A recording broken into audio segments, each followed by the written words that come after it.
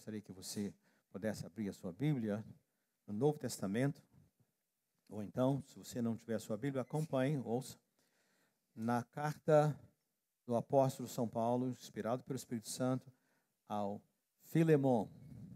Fácil de achar, não é isso? Filemon. Quantos que já leram a carta do apóstolo Paulo a Filemon? Deixa eu ver as suas mãos. Há vários. Pode baixar a mão. Quantos que nunca ouviram sobre a carta de Paulo a Filemon? Deixa eu ver as suas mãos. Acho que todos já ouviram, né? Ou quase todos já ouviram, né? É uma carta pequena, porque é apenas um capítulo. E nós vamos estar lendo, né?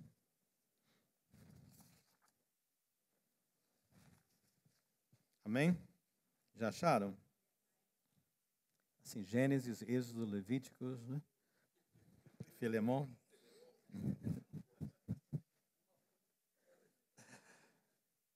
Assim assentados mesmo como estamos. Eu quero ler, como eu disse, uma conversa. Quero fazer algumas colocações. Se você, como Moisés, gosta de dar título, o título é Põe na minha conta. Põe na minha conta. Não na sua, na minha conta. Olha a palavra do Senhor, sentados como estamos. Paulo, prisioneiro de Jesus Cristo, e o irmão Timóteo, seu companheiro de ministério, ao amado Filemon, nosso cooperador, e a nossa irmã Áfia, e a Arquipo, nosso companheiro, e a igreja que está em tua casa. Graça a vós e paz da parte de Deus, nosso Pai, e da do Senhor Jesus Cristo. Só uma pausa. Essa igreja que está na sua casa, principalmente nos primeiros séculos, por causa da perseguição, as igrejas não eram nada mais que pequenos grupos. Quando nós falamos grupos de célula, pequenos grupos, essa ideia não é dessa modernidade, não é um plano que foi inventado ontem. As igrejas se reuniam em pequenos grupos, de casa em casa. Nós vimos no livro de Atos também. Então, na casa do Filemon, também havia uma igreja se reunindo ali. Quantas pessoas, além da sua família, nós não sabemos. Versículo 4. Graças dou ao meu Deus, lembrando-me sempre de ti nas minhas orações, ouvindo o teu amor e a fé que tens para com o Senhor Jesus Cristo e para com todos os santos, para que a comunicação da tua fé seja eficaz no conhecimento de todo o bem que em vós há por Cristo Jesus. Tive grande gozo e consolação do teu amor, porque por ti, ó irmão, o coração dos santos foi reanimado. Outra colocação, de acordo com a palavra, esses versos do apóstolo escrevendo para ele, além de ter uma igreja reunida na sua casa, além de ser um servo de Deus, ele era alguém que cuidava bem de todos aqueles necessitados que faziam parte da família de Deus. Os santos aqui são aqueles que são separados. E ele cuidava muito bem deles. Versículo 8. Pelo que ainda que tenha em Cristo grande confiança para te mandar o que te convém, todavia peço-te antes, por amor, sendo eu tal como sou, Paulo, o velho, e também agora prisioneiro de Jesus Cristo.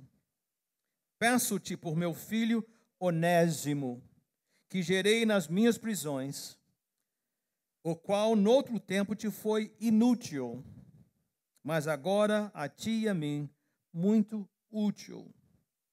Eu te tornei a enviar, e tu torna a recebê-lo como ao meu coração. Eu bem o quisera conservar comigo, para que por ti me servisse nas prisões do Evangelho. Mas nada quis fazer sem o teu parecer, para que o teu benefício não fosse como por força, mas voluntário. Porque bem pode ser que ele se tenha separado de ti por algum tempo, para que o retivesses para sempre, não já como servo, como escravo, antes mais do que servo, escravo, como irmão amado, particularmente de mim, o quanto mais de ti, assim na carne como no Senhor. Assim, pois, Se me tens por companheiro, recebe-o como a mim mesmo. E, se te fez algum dano, ou te deve alguma coisa, põe isso na minha conta. Vamos falar juntos esses versos? Põe isso na minha conta. Mais uma vez. Eu, Paulo, de minha própria mão, o escrevi. Eu o pagarei para te não dizer que ainda mesmo a ti próprio, a mim te deves. Sim, irmão, eu me regozijarei de ti no Senhor, reanimo meu coração no Senhor. Escrevi-te confiado na tua obediência, sabendo que ainda farás mais do que digo. E juntamente prepara-me também pousada, porque espero que, pelas vossas orações, vos hei de ser concedido. Saúdam-te, Epáfras, meu companheiro de prisão por Cristo Jesus, Marcos, Aristarco, Demas e Lucas, meus cooperadores. A graça do nosso Senhor Jesus Cristo seja com o vosso espírito. Amém. Essa é a palavra do Senhor. Então, põe na minha conta. Põe isso na minha conta. Você já viu de onde veio esse verso? Vamos colocar isso em contexto? Como eu disse, talvez você já conheça bem a história. É possível que sim, é possível que não. Então, deixa eu fazer algumas colocações. Filemon era o senhor dessa casa, dessa residência. Provavelmente alguém de muitas posses. Por quê? Ele, além de ter a sua casa, ele tinha o poderio econômico para poder ter escravos. Pastor, uma pessoa crente, seguidor de Jesus, tendo escravos, na época de Jesus, haviam os escravos. Sem entrar na questão da moral, ou que seja, que hoje todo mundo já experimentou a abolição da escravatura, pelo menos legalmente, né? Naquela época, ter escravos era algo aceitável, no Antigo e no Novo Testamento, algo que fazia parte da cultura. E escravos, entre outras coisas, além de não receberem paga para o seu trabalho, eles eram mantidos, supridos e tudo mais, mas eram a vida inteira dedicados aos seus senhores. A lei dizia o seguinte: se um escravo fugir, ele estará debaixo da pena de morte. Não havia julgamento. O seu senhor podia fazer com ele qualquer punição, inclusive morte. Esse indivíduo chamado Onésimo era um escravo de Filemon. E ele, por razões que nós não sabemos, mas fugiu. E ao fugir, ele foi parar em Roma, lá de onde ele estava até a cidade de Roma, o centro do império. E lá naquele lugar de Roma, olha só como Deus trabalha, ele encontrou Paulo, prisioneiro. Paulo estava prisioneiro, teve prisão em casa, cercado ali, ele ficou 2 anos naquela prisão, mas ele podia receber pessoas. E entre pessoas que ele receberam pela providência de Deus, o Onésimo foi. E você acredita que o Onésimo teve seu coração quebrantado e entregou sua vida a Jesus? Mas quando ele entregou sua vida a Jesus, tudo vai mudar. E o Paulo instruiu a Onésimo: você, como agora um filho de Deus, seguidor de Jesus, você errou você quebrou a lei. Como disse, suspenda a moralidade se o patrão era justo ou não, se ser escravo era justo ou não. Ele está dizendo, você precisa voltar ao seu patrão e dizer, agora eu sou uma nova pessoa. E submeter-se ao risco de como você seria recebido. Já sentiram o peso? Ele precisava fazer isso. E Onésimo está disposto a fazer isso. Então Paulo agora escreve para ele. Escreve para ele com a seguinte compreensão: ele tem o direito de tirar a vida do Onésimo, mas vou pedir a ele que não o faça, mas não o trate como um escravo, o trate como um irmão, irmão na fé.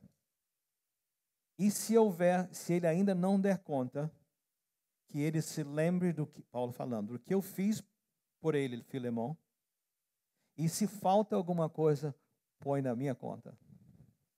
Sentiram o drama?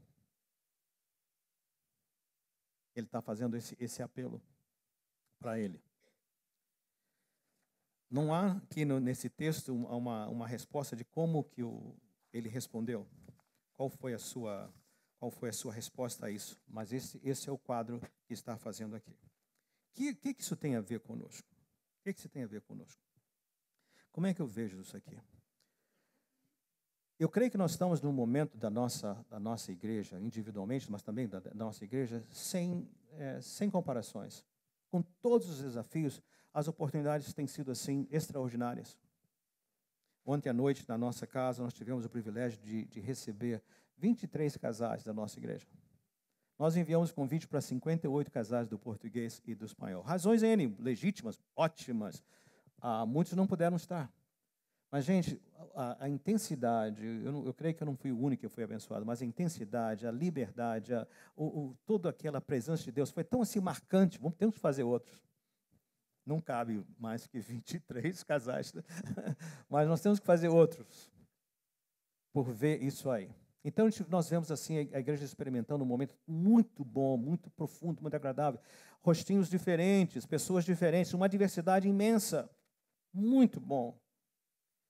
Porém, quando eu olho como a igreja como um todo, eu vejo que nós temos perigos, alguns à vista, outros escondidos, que podem nos fazer tropeçar. Quando a gente vai andando a todo vento em popa e, de repente, tem alguma coisa que a gente descuida e pode cair. E uma dessas coisas que eu vejo é a área do perdão entre nós. Eu creio que domingo passado eu mencionei isso, se não mencionei foi na quinta-feira, um dia desses eu falei, né?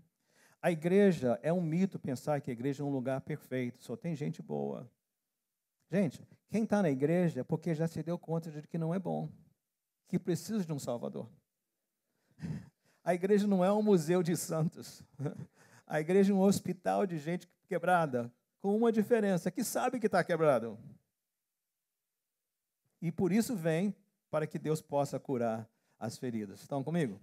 E quando põe um monte de gente, perdoados por Jesus, pecadores, quebrados num lugar só, o que vai acontecer? Problemas e problemas e problemas.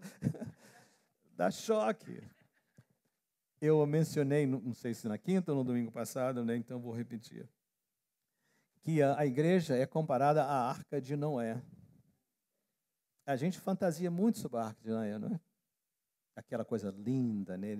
Todo mundo perecendo e a arca ali, boiando, né? E todo mundo salvo. Mas você já parou para pensar que haviam ali toda sorte de animais aos pares, dentro de um lugar fechado, todo fechado, sem ventilação, sem poder estar de fora porque tinha chuva demais, dilúvio, todo mundo dentro. Você já pensou 150 dias, essa multidão de animais e 8 adultos ali naquele lugar? Você já imaginou o perfume que estava ali dentro? Você quer uma ideia da igreja? É uma arca de Noé. Isso é desculpa para a igreja fazer o que quiser? Não. Então, problemas vão acontecer. Se nós olharmos aqui na carta de Paulo a Filemon, a gente vai pensar assim, poxa vida, né? O Filemon tem mais que perdoar, né? Lógico que tudo que, não é, como é que fala, não tem uma coisa que fala assim, né? Não sei o que, no olho dos outros é pimenta, como é que é? Como é que é? Pimenta nos olhos dos outros é refresco, né? Porque não está no seu, né? No caso dele, olha como o Paulo foi cuidadoso falando com ele. Porque ele sabia que para o Filemon era muito sério o que aconteceu. O exemplo que ia dar, a desonra, a falta de cuidado, tudo que ele fez. Então, era uma falta muito grande. O que queria fazer? Então, era natural até que o Filemon dissesse, não posso perdoar. Ou não posso recebê-lo de volta.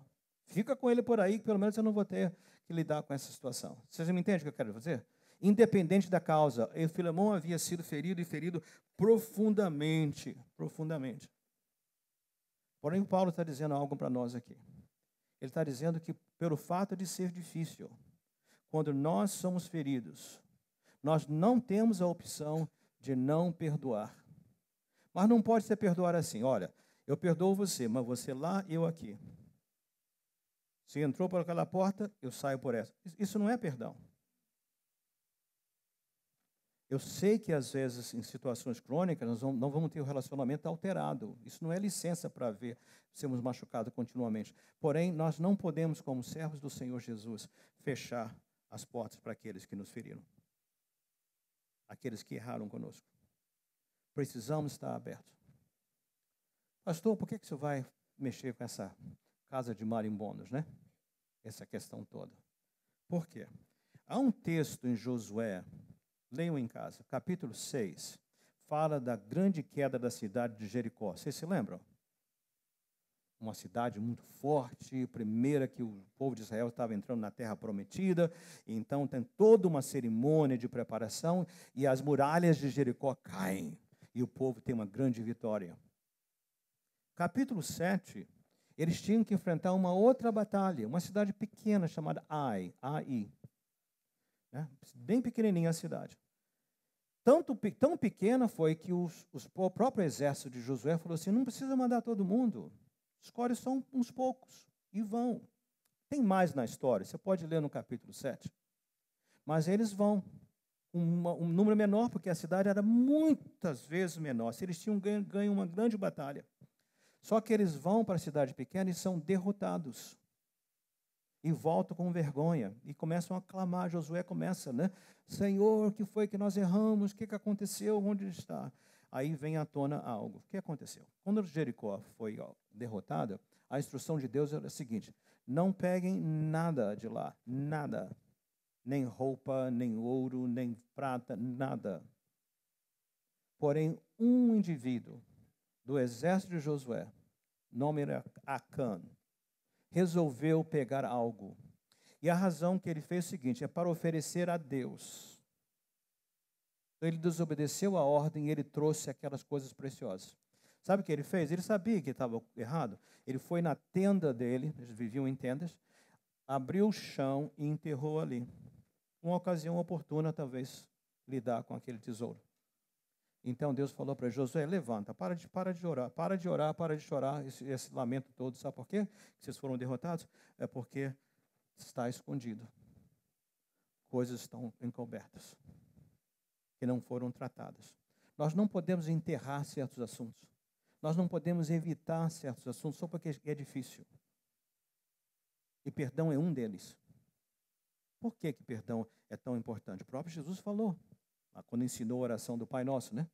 Perdoa as nossas dívidas, assim como nós perdoamos aos nossos devedores. No mesmo capítulo, logo embaixo, fala assim, porque se você não perdoar aqueles que o ofenderam, nosso Deus não vai perdoar você. Você já experimentou viver a vida com a mão de Deus pesando sobre nós, sem perdão? Você gostaria de viver a sua vida com a mão de Deus pesando sobre você? Sim ou não? Eu espero que não. Deixa eu perguntar a você. Eu sei que câncer tem sido uma desgraça, né, com tantas maneiras, tantas pessoas. Mas se alguém descobrisse um remédio para o câncer e dissesse assim, olha, você que está sofrendo de câncer, todos os dias, à noite, às 11 horas da noite, você tem que tomar uma pílula. Se você tomar essa pílula, você vai ser curado. Se você não tomar, você vai morrer. Você tomaria a pílula? Todas as noites, às 11 horas da noite? Ou chegar uma noite, hoje eu estou cansado, não vou tomar não. Você faria isso? Eu espero que não. Né? Ou seja, como é que às vezes nós tratamos em relação ao perdão, a gente vai adiando, empurrando com a barriga, né? Deixa para lidar depois. Porque é duro, que é complicado, deixa para lidar depois. Gente, eu estou aqui falando com vocês, eu tenho uma lista enorme de situações que estão difíceis de lidar. Que me acordam à noite pensando, e agora? Como é que vai ser? Eu não estou falando só para outros, estou falando para mim também. Mas o Senhor fala, precisa lidar. Porque se estiver escondido, a vitória vai embora. Pesa em nós. Então, apesar do caso desses irmãos aqui, estava complicado, precisava tratar. E o Paulo precisou pegar aquela caneta, pegar aquele pergaminho e escrever aquela carta e mandá-lo a carta ali. E ele foi. Como eu disse, nós não sabemos os resultados. Posso apenas imaginar que ele ouviu, que ele falou, que ele fez aquilo, né? Eu quero dar alguns conselhos práticos ainda. O que fazer quando a dívida é muito alta? O que eu posso fazer? Como é que eu posso cuidar disso aqui? Mas antes de chegar ali, por que esse título e por que isso me impressionou muito mais? É que o Paulo chegou uma hora que ele falou assim, agora você põe na minha conta. Gente, que posição que ele estava, né? Eu me lembrei de situação. Eu me lembro que antes da minha conversão, e naqueles primórdios, né, antes da graça de Deus me alcançar, eu aprontei muito, mas muito, muito, muito, muito. Em situações que talvez não devesse ter tido a misericórdia de Deus para com a minha vida. Mas eu me lembro da nossa irmã mais velha, Delcy, depois dos nossos pais, me ajudou a me criar. Eu me lembro de mais de uma vez, e uma vez marcadamente, e ela falando com outras pessoas a quem eu tinha feito muito mal, ela apelando para que a pessoa me desse uma outra chance. Mas no final eu me lembro das palavras dela. Ela disse: põe na minha conta. Eu nem sabia do Filemão ainda. E foi aquilo que fez com que outra pessoa dissesse: tá bem, eu vou, em consideração a você, vou dar uma outra chance. Eu creio que o nosso Deus é o Deus das segundas chances. Esse tratamento é o que Deus fez conosco através de Jesus. Porque nós não merecíamos uma segunda chance. Esquece terceira ou quarta. Mas o que Deus fez? Ele deu o seu Filho, Jesus, para morrer na cruz por nós. E quando nós estamos nessa situação que parece que agora já era, não tem mais saída, o que Deus faz? Jesus faz, fala: Senhor, Pai, põe na minha conta. Estende a ele, estende a ela um novo começo, para que ele possa começar. Eu vou apenas dar um conselhos práticos de como a gente pode tratar, porque é difícil tratar com perdão. Mas uma coisa eu te digo, põe na conta do Senhor Jesus, e como seu pastor, estou aqui há tantos anos que eu já tenho crédito com vocês. Até com os novos, o crédito está sendo acumulado rápido, não está? Então, o que eu diria é o seguinte: lembre-se das palavras. Lembre-se da maneira como eu tenho tratado vocês. Jesus primeiro. Segundo, como eu tenho tratado vocês. Põe na minha conta o que faltar. Mas libere o poder de Deus para funcionar na nossa vida, para nós podermos crescer, correr espiritualmente com vitórias, em nome do Senhor Jesus. Aplique na sua vida. Agora vamos lá. Esquece de escravidão. Vamos supor que pessoas te ofenderam profundamente. Talvez num relacionamento conjugal. Talvez na amizade traída. Talvez até na própria família. Situações que aconteceram. Então, como a gente pode fazer isso? Eu sei que é muito difícil. Maior a traição, maior o desapontamento, mais difícil é o perdão. Mais complicado. Maior a dívida. Se fosse uma dívida pequena, a gente podia rapidamente desculpar. Mas quando a dívida é grande, é complicado. O que nós fazemos quando nós temos uma grande dívida? As pessoas às vezes nos procuram, principalmente quando ainda não tem seguro, estão no hospital, alguma coisa assim, tem o charity care, mas às vezes sempre sobra uma quantia muito grande para ser tratada. E é naturalmente, hoje as pessoas já fazem isso naturalmente. O que fazem? Fazem um acordo com o hospital, não é isso? Em geral, você dá uma quantia inicial e depois vai fazendo pagamentos parcelados. Como é que isso funciona em relação ao perdão? Se alguém te ofendeu extraordinariamente bem, tá? Por causa de Jesus, porque sabe que está na conta dele, você precisa agora agir, ele está agindo através de você. O que é que você faz? Você faça um down payment. O que é um down payment? Você perdoa a pessoa numa cerimônia, talvez com uma pessoa junto. Mas a dor continua. E toda vez que você se lembra ou vê aquela pessoa, o que acontece contigo? Volta tudo. Aí você faz a sua primeira prestação. Depois a segunda. Depois a terceira. Quantas forem necessárias? Sabe uma coisa que eu te garanto? No início vai ser uma dor enorme. Você fez o down payment. Depois, na segunda vez, ainda está pesado. Mas quando chegar lá na 10ª, na 20ª, sabe o que vai acontecer? Começa a aliviar aqui a alma. Começa a haver um descanso. E vai chegar um dia que você não vai nem se lembrar mais. Você lembra do evento, mas os sentimentos não acompanham. Acredite. Funciona. E funciona sempre, faz isso. Aos demais que estamos ao nosso redor, pessoas que estão conosco, que sabem da nossa situação, todos nós temos um papel muito grande nisso. Primeiro, ajudar, encorajar, mostrar que vale a pena confiar no Senhor. Confia no Senhor. Põe na conta dele. Põe na conta do pastor, se você é minha ovelha. Amém? Faça isso. Siga um exemplo, né? Sabe o que fazer. Agora, sabe que nós todos somos altamente contagiantes. O que nós fazemos tem um impacto muito grande. Por que é importante perdoar? Porque, principalmente, se você tem família, esposo, esposa, filhos, seus filhos vão seguir o seu exemplo. A maneira que você lida com ofensas é como seus filhos vão lidar com ofensas. De todo mundo. Filhos e famílias nunca seguem o que nós falamos. Eles seguem o que nós fazemos. Então, quando você segue o caminho do Senhor, o que você está dizendo? Você está estabelecendo um padrão. Por isso que com a Carolina nós pedimos que você se esforce para viver uma vida santa diante dela. Como é que resolvem os conflitos? Como é que tratam com todas as áreas da vida? De que maneira?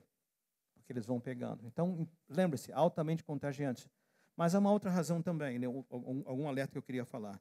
Todos nós temos a oportunidade de sermos instrumentos de bênção ou instrumentos de, perdão, a palavra maldição, quando há situações. O que quer dizer isso? Nós podemos